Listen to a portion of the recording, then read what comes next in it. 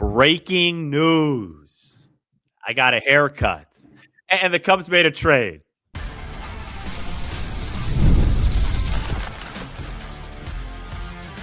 You are Locked On Cubs, your daily Chicago Cubs podcast. Part of the Locked On Podcast Network, your team every day. You are Locked On Cubs, part of the Locked On Podcast Network, now the #1 sports podcast network. We are your team every day alongside Sam Olber. I'm Matt Cozy. Sam and I are lifelong fans, taking our passion into a discussion with you on all things Cubs. Today's episode is brought to you by FanDuel. The wild card round is here. Woof. And FanDuel is officially in playoff mode. So visit FanDuel, an official sportsbook partner of the NFL, and grab your Profit Boost pack every NFL game day beginning this Saturday. The Cubs agreed to a trade with the Marlins on Wednesday for starting pitcher Edward Cabrera, first reported by Bleacher Nation's Michael Cerami, and the final details later confirmed by multiple outlets, of which the Cubs are sending 3 prospects to the Marlins, highlighted by outfielder Owen Casey. Sam, the Cubs stated early in the offseason their priority was to acquire a top-of-the-rotation starting pitcher, and today they did that.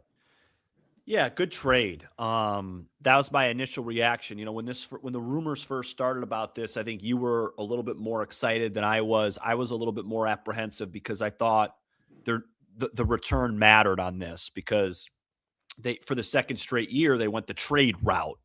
So my initial reaction was, all right, let's see what's in the deal. When you look at the deal, it's a trade you make 10 times out of 10. Owen Casey headlines it. I always thought it was very unlikely he'd be on the team this year if there was any sort of trade like this. And then there's really 2 ways to go about it. There's the specific trade, which let's talk about first, and then what it opens up the door to. The trade itself, this is a guy that we were talking about probably as early as June of last year, right? This was always a target that made a lot of sense because you're not going to fall in love with his resume right now. That's not what makes him an intriguing trade. It's the diversity that he brings to the rotation. It's the upside. It's the ceiling. This is a high upside type of move. It's really kind of the antithesis of signing a Zach Gallen, where that's kind of more of a high floor. I don't know what it's going to be. This is a home run hitting type of trade. He has a fastball that tops out at 98, 99 miles an hour. He throws a 94-mile-an-hour changeup. His breaking stuff is really good. Why hasn't he succeeded at the big league level to an extreme amount? He finally had a sustained success last year. Walks have been a problem, and injuries have been a problem. And you start to get excited because this Cubs pitching lab, this Cubs pitching infrastructure is starting to show flashes of being able to take a guy like this. And Matt, the comparison I used in my short was Jake Arrieta. It's very similar to where Jake Arrieta was at. Now, Arrieta was a little bit more of a project than Cabrera is, but this is a guy that's got can't-miss stuff, immediately has the best stuff, pure stuff on this staff. And it's the type of arm that they needed as far as the trade goes, and they got that done. Well, the Jake Arrieta analogy or comparison, it's inspiring because that deal was so pivotal in the history of this team. Yeah, and I'm not putting that expectation on him, but you know what I mean. Yeah, but I'm just saying where that group was, and that at the time the organization elevated his skill set, which I hope they do here, and he flirted with injury with Baltimore, and Cabrera flirted with the injured list a couple times this past year. Eventually, they put him on the injured list in September, but he did return to make 2 starts before the season concluded. And really just pure results too, though. He had a nice year.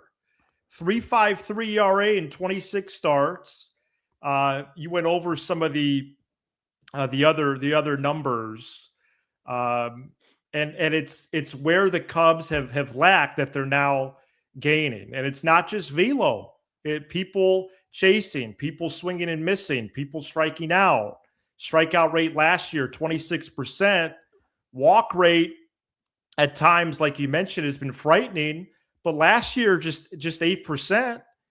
And for good measure, he's a good fit with what the Cubs are good at, and that's defense, and especially in the mids. But Shaw and Bush were great there too. Ground ball rate almost 50%. So yeah, it's exciting. It's encouraging. It maybe it took longer than we would have liked, but they did it, and it opens the door to a lot of things that are exciting. But now, when healthy, the Cubs have 8 starting pitchers you feel good about. They have a clear top 6, right? Steele, Cabrera, Boyd, Horton, Imanaga, and Taillon, whatever order you want to put that in. And then Ray and Assad behind them. Yeah.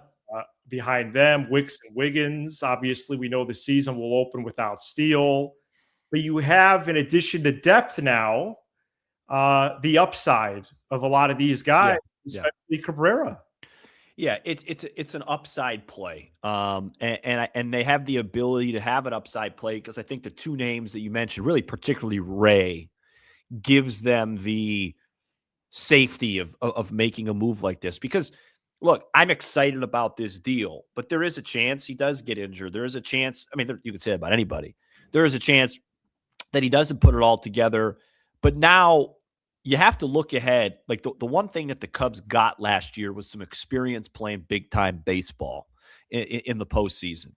And what didn't they have enough of? Well, first of all, they didn't score enough runs, which we'll get to, I believe, in a second here. And then in the playoffs, right? Yeah, in the playoffs. They didn't score enough runs. A lot of teams struggled, but especially them. Well, I'm just saying, yeah, right. Like in Game 5, they scored 1 run. They could have had Sandy Koufax pitching. It would have been tough, right? But they didn't have enough arms to start, right? Now you look at this and you say to yourself, look what Yamamoto did for the Dodgers. I mean, he's basically almost like single-handedly won the World Series. You have a guy like Cabrera that if it goes well, he could be a guy you hand the ball to and say, go as long as you need. Steele has that ability if he's healthy. Cade Horton should have won Rookie of the Year last year. Matthew Boyd was a top 5 Cy Young candidate for 3/4 of the year. J-Mo proved that when the lights are on the brightest, he could be a reliable guy to go to, albeit a short amount of time. We'll talk about the Shota thing in a second because I want to talk about some financial stuff and the implications of this positively. But Shota, he's not a bad pitcher, right?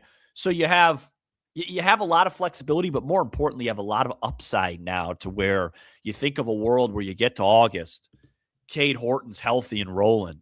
Steele's healthy and rolling.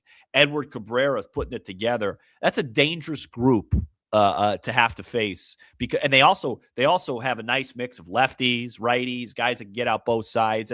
The rotation now, I would label the starting rotation as, in a good way, as a very dangerous group. Absolutely. And one of the big advantages of this deal in trading for a starting pitcher is that you can sign a bat via free agency, which is, I think, what their preference was the whole time. And we start to get to that a little more right after this. This episode is brought to you by FanDuel. The wild card round is here, and FanDuel is officially in playoff mode. Every game day during the NFL playoffs, FanDuel is giving customers even more ways to get in on the action, because right now, every NFL playoff game day, FanDuel users get a profit boost pack waiting for them inside the app. What an exciting, unbelievable weekend of football this is going to be. Home dogs, Bears. Home dogs, Jacksonville. Home dogs, Pittsburgh. Heavy home dogs, Carolina. Where do you want to go? Who do you like? I'll tell you this. It's as excited as I've been for a wild card round in a really, really long time. So visit FanDuel, an official sportsbook partner of the NFL. Make sure you grab your profit boost pack every NFL playoff game day.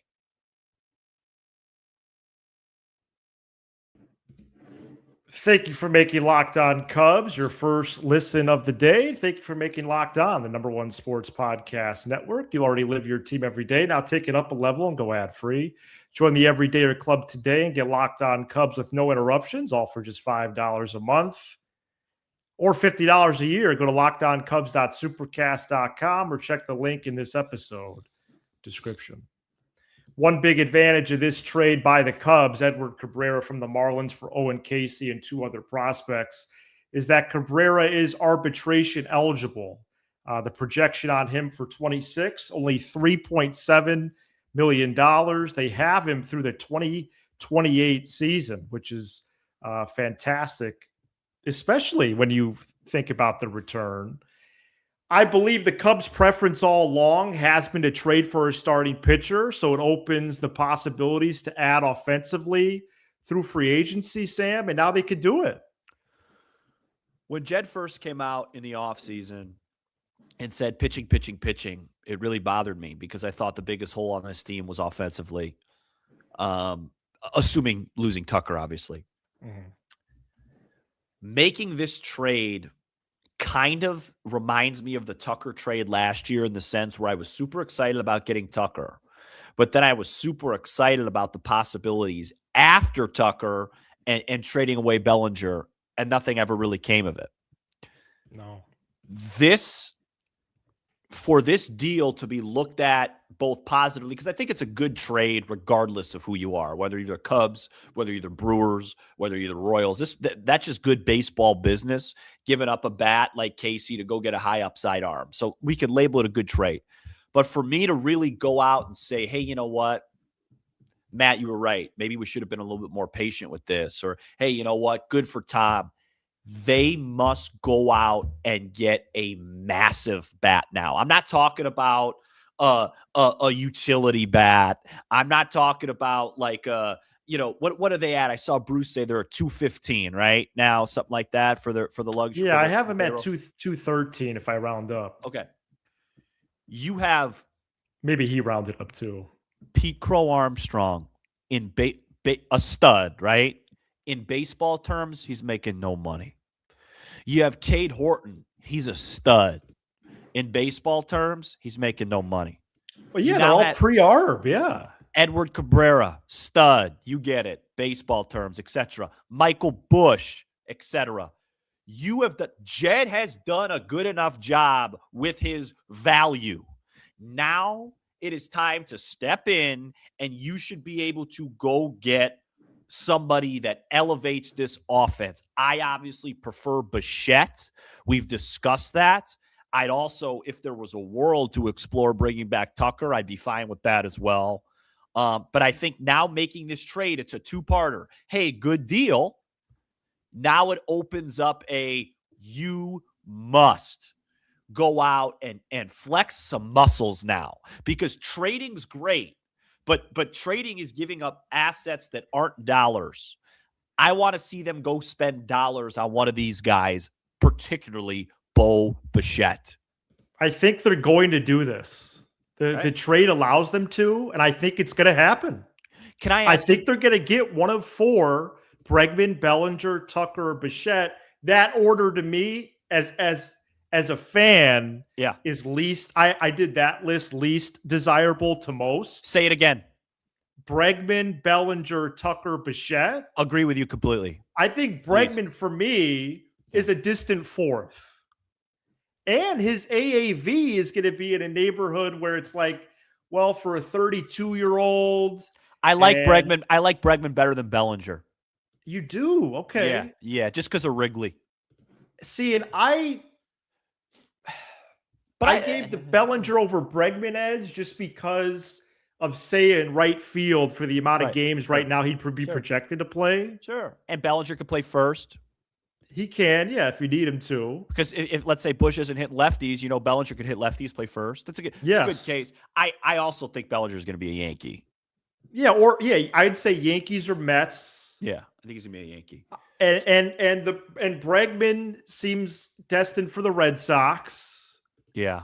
What's the first number? What's the first number for the luxury tax? 244. 244. Okay, go ahead. Sorry. Tucker, Blue Jays. Yeah. The Phillies have been rumored on Bichette, but I think their priority is Real Muto to bring him back after re-signing Schwarber. Dodgers have been rumored on Bichette, but only to linger on a short-term deal. Bichette's the guy. We talked about it for our last episode, and you could do it for around where their two biggest contracts ever were dished out for. I really believe his deal is going to start with a 1. Now, it might be 190 something. Yeah. But if they are still getting skittish about that, then fine. But if you're willing to go 6, 7, 8 years, then I think you could get him around where the Hayward money total value was, around where Swanson was, and he would just be a tremendous fit. I think Tucker is very unlikely. I do think at some point there is going to be a bidding war for him, whether it's the Blue Jays, the Mets, or someone else. But whether it's a short-term bidding war or long-term, I think eventually that is going to happen. But any of these 4, I would be ecstatic about, and I think it's going to happen. I wouldn't be ecstatic about Bellinger or Bregman. I'd be still very encouraged. Ecstatic would be Bichette for me. Like, that's where I'm Right. like, okay, this is really something. Yeah, I don't want to get into a battle of language, but they would be all good additions. I will add, though, that none of those guys make me feel good if the result is you have to trade Nico Horner to get him. Yeah, that would be disappointing. Because that feels like it's just overly like, okay, well, you can have this, but in order to have that, I want Nico Horner as a part of this team next year. Or if you do make a trade, then make it make baseball sense, not money sense. If you could convince me on a baseball side, then absolutely. But yeah, I mean, I hear you. I haven't even heard, I don't even know what's going on with Tucker's market. Maybe I'm not looking in the right places. The Blue Jays are ramping up their efforts to get him, according to The Athletic. Okay. And then that would really open up Bichette, right? As you said. The Athletic is saying the Blue Jays are now unlikely on Bichette. Yeah. So, and the thing is like, let's say you do add that, like, the word is like positional and pitching flexibility. Because if you add Bichette, you still have Shaw. So you have, like, if somebody gets injured, you have great insurance. Yeah. With Cabrera, you now have insurance. You have flexibility. So it makes it it makes it really hard to not envision a really good season with that. So I hope they do that. But somebody like I just don't want them to miss out or do anything now for financial reasons. Jed did his job. He got the starting pitcher at a cheap price. Now it's time for ownership to do theirs. All right. Now it's time for ownership to do theirs. Absolutely. And with $31 million to the first threshold, right, that shouldn't even be it. That concern is mitigated now. I hope so. Because you made a trade for a pitcher, that concern, which is legit based on their pattern of what they've done, I think it does come down. So let's keep rolling with this, including why Bichette should be the guy and how exciting and tremendous that would be. Also, FanDuel has released their division odds. They released them on Tuesday, but now they've been updated after this trade. And so we keep the ball rolling, maybe pun intended, right after this. Today's episode is brought to you by Rocket Money. Welcome back to the show, to Rocket Money. Let's be real. Managing your finances can feel overwhelming between subscriptions you forgot about, bills that keep going up, and trying to figure out where all your money actually goes each month. It's easy to feel like you're losing control. And who has time to track every transaction or hunt down hidden fees? That's where Rocket Money comes in, the personal finance app that helps you take control. It finds and cancels your unwanted subscriptions, monitors your spending, and helps lower your bills so you can grow your savings. You're going to be shocked when Rocket Money shows you what you are paying for for all your TV apps, right? You open up your platform there on your TV. There's apps you forget about. And so it's already going to save your money right away. Let Rocket Money help you reach your financial goals faster. And you can join Rocket Money today at rocketmoney.com/locked-on. That's rocketmoney.com/locked-on to join Rocket Money today. We're back for a final segment here on Locked On Cubs, and I'm going to do some quick science. This is reporting just in the last 48 hours. The Blue Jays have stepped up for Kyle Tucker, and it's increasingly unlikely for Bichette. The Red Sox have an offer of over $160 million on Bregman. The Yankees and Mets both really like Bellinger. The Phillies would like to reunite with Real Muto, and the Dodgers are just lurking on like a 2 or 3 year deal with a high AAV. To me right now, no team is prioritizing Bo Bichette. So now is the time to strike, and they have the money. If your concern is still money and you still want to put your complaint slip in about that, it's over now. Now, if March 26th rolls around and Say is in right and Ballesteros is at DH and they didn't really touch that money, okay, that's different. But the complaining is over. They have an opportunity to do it. And he's just such a tremendous fit. I'm a little bit skittish about them doing the buffer thing. My persuasion would be, don't leave the buffer for July. Don't do it. Just stop. Just do it now. Unless in the final season of this system, they want to go to, you don't have to go crazy, but you could go to 249, 250, pay a small penalty. But they have an opportunity here to strike big. And I just feel like I feel like that's going to happen. Yeah, the complaint box is open until they do it. Like it's right. Jed has done his part. Now, if they do, even if they sign one of the guys you mentioned, it's good enough in terms of the spend. Like I'm not asking for a Lamborghini, for the holidays. I'm asking to just do what you need to do. 235, 240, something like that. Fine. Right. That's fine. Right. I'm not asking for 270. That's not never was. That's not realistic. But until they do that, I'm still going to be hesitant that they're not going to do it. I agree with you. I think it's a great point about the buffer thing. Like the buffer thing doesn't even make that much sense. Like if you're really in trouble, like I didn't like it last year. Cap even said on the show, like, I mean, come on. If they look like they can win a world championship or win 100 games, he won't spend an extra 4 or 5. That one I'm with you. That one I think he would do. Right. Yeah. It's even just the volume of games, Sam. Can I ask you? Yeah. Treat the first 95 to 100 the way it should be treated. Let me ask you a deadline buffer question, by the way, speaking of that.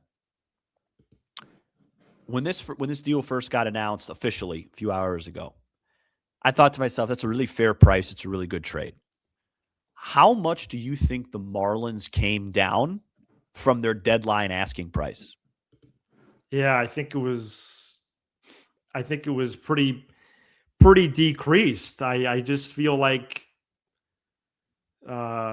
looking back at the summertime, I think they liked Ballesteros and they didn't get him.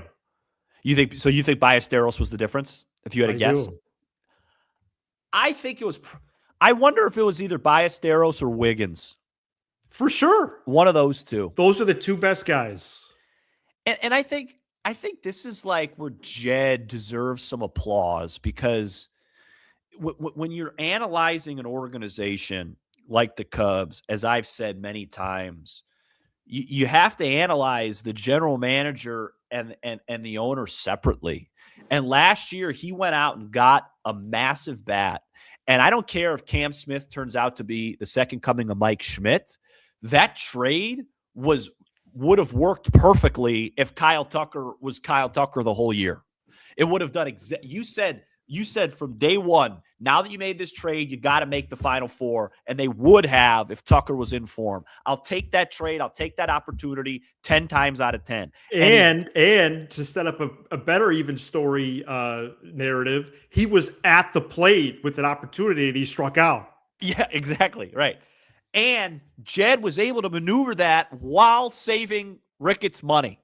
And I'm not sitting here saying that listen, Jed's had some misses. He gives out no trade clause like Reese's. Right, totally. We know the Mancinis of the world, we know. But he is really, and that's probably a big reason why Jed got extended is he knows how to stretch this a little bit. And this is another type of deal where it made the Cubs better. One thing I want to mention before we go is just talk about the Casey part of this. Okay. I like Owen Casey. I think there's upside there.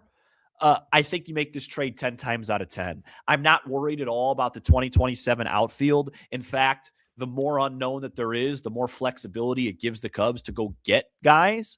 I think an outfield. I think this is a really key important piece too. I think Seiya Suzuki proved he could play right field consistently again. I don't feel like matters. I don't think he's a massive hole out there. I mean, he played it in the playoffs, right? Mm-hmm. So obviously to get something, you got to give up something. I'm not going to lose a ton of sleep over that. I'm glad that they kept Ballesteros. And I guess the last thing I'd say, Matt, is via the Bichette thing, the one case against it that some people have made in the chat that's valid that I agree with is like, they value defense. He hasn't played a lot of third base. So that's true. That's the case against it. Yeah. And, if they come out and say, hey, we offered Nico Horner an extension, we weren't even close. We went outside Bichette to play second and then traded Nico Horner for some, rebuild the farm a little bit, plus some help, whatever. I mean, I love Nico Horner, so I'd be disappointed. I think that's the right word. But if they talk to him about an extension and they're 25, 30 million off and he's, whatever, you know what I'm trying to say. So, well, and Matt Shaw doesn't have to be a full-time bench guy. What if he plays third sometimes and Bichette DHs instead of Ballesteros? 100, and which probably would happen versus lefties. Right. Or what if Matt Shaw is the defensive closer and always plays the last 6 outs? Yeah, there's options. This trade opened up options. The one other place I will say that I went to today, and you'll be disappointed that I did it, is I was like, my goodness gracious, $22 million a Shota. Like imagine if that qualifying offer wasn't offered. Now you could make the easy thing to say, right, well, they would have just signed Amai, and then they still could have traded for Cabrera. They'd be in the same spot. But boy, oh boy, I think with Cabrera, even without Shota, because then with 22 extra million, now you're auto locked for one of those guys. But hey, hindsight's 2020. Yeah, that's true. Yeah, hindsight's 2020. And I think Shota's gotten a lot of flack. Do I think he's a $22 million pitcher? No. Do I think he's like a $16, $17 million guy? Yeah, that's not that egregious. Well, if they want or need to clear money to get Bichette, Bellinger, Tucker, or Bregman, I think you will see a starting pitcher traded. Now it can't be Shota until June 15th, but maybe it is Tyone or Assad or Ray. What do you think, before we get out of here, what do you think's a fair extension for Nico? 5 for 100? Well, I think earlier the offseason, I don't remember going that high. Maybe you try to squeeze another year, go 6 for 100. Okay. Yeah, it's around there, sure. Okay. Right. Yeah. Yeah. All right. Fun stuff. Fun trade. Yeah, a lot to keep tabs on. If anything breaks, we'll be back. Good trade. Almost 1,100 people live on a weekday. Good trade. Got a haircut. It's just, again, you look good. A few days ago, again, a lot could change in a short period of time. Yeah. I don't get the frustration exactly from the weekend with missing out on Amai. But now between then and the convention, you may have acquired Edward Cabrera via trade and signed Cody Bellinger or something. Right. And that's pretty cool. Yeah, I mean, I think you are isolating the Imai thing as like anytime the Cubs miss on somebody for now, let's say it's always going to come back to the fact that they haven't spent enough. It's not, I don't think anybody's frustrated that they missed out on Imai. I think people were frustrated because they didn't spend to get him. So now they went out and got Edward Cabrera, which I think is wonderful. But again, I think when you use the word frustrated, and maybe I'm wrong, I'll speak for myself. Well, I think it's calendar related too. People are impatient. Well, that you're right about. And it's nothing to do with the time. This could take till March, It could, yeah. I hope it doesn't. But yes. But people, well, yeah, but you could blame Manfred for that. People, I want to see this team spend hard-earned dollars, or tell me why you're not. No, and it's fair. That's fair. all. That's all. Because right. Listen, this trade makes them better as a baseball team, and that's full credit to Jed, Carter, Craig, whoever. There is zero, and I mean zero credit that goes to ownership for a deal like this. Hey, you get Tom is sitting there wherever he is. You get a guy for 3 more years that you don't have to pay that has tremendous upside. He fist bumped Jed today, right? Yeah. So I'm just looking for I'm just looking for that too. But you're right. And I think your case now, what's fascinating is going to be like looking at how Cabrera does versus Imai and all those things. Fun. It's fun. Sam, you'd have to help me where they I think Cabrera is better than him, by the way. There you go. Well, you've always liked Cabrera. Yeah, I just love the upside, man. I just love. I don't know exactly where they opened yesterday, so help me if you remember. But yeah, now the Cubs are plus 160 to win the NL Central on FanDuel. They are the slight favorites right now. Yeah, and so they were the slight dogs yesterday at plus 175. So it flipped a little bit. I believe that once this deal goes, I bet you in the next couple days it'll be like plus 130, plus 120. Wow. People will start betting it. And hey, let me close with this. I did an offseason show maybe in late October, early November of like, hey, what's the goal this offseason? Like a tangible goal. Okay. And the tangible goal was to be clear on paper favorites in the division. Now, I actually probably walked that back a tad because I think you have to understand the other team won 97 games last year. Like that's just ridiculous. But still, and I mean tangibly, like I don't mean like, oh, we think. I mean literally on the books. Yeah. If you go get the bat now, you're probably the clear on paper favorite, right? That plus one, let's say it's plus 140 by Friday, that probably goes to plus 100, minus 110, something like that. That's a clear favorite when minus 120. Yeah, right. So that is that's in play. And if they do that, no complaints from me. If you go into the year as the on paper clear favorite, you did your job as an organization. And will you be excited going into the year? Oh yeah. If they get Bichette, I might be there opening day. Oh. Thank you for making Locked On Cubs your first listen of the day. We'll bring a hat and winter gloves. For those of you on video, we send you to the 24/7. Could it be Cabrera? National Locked On Podcast Network for sure. That's a possibility. It'll be Boyd. Hopefully, and on audio, make sure your second listen is Locked On MLB. A lot of guys pitching in the WBC. Big trade today. Stay healthy, guys. He's Sam Olber. I'm Matt Cozy. This is Locked On Cubs.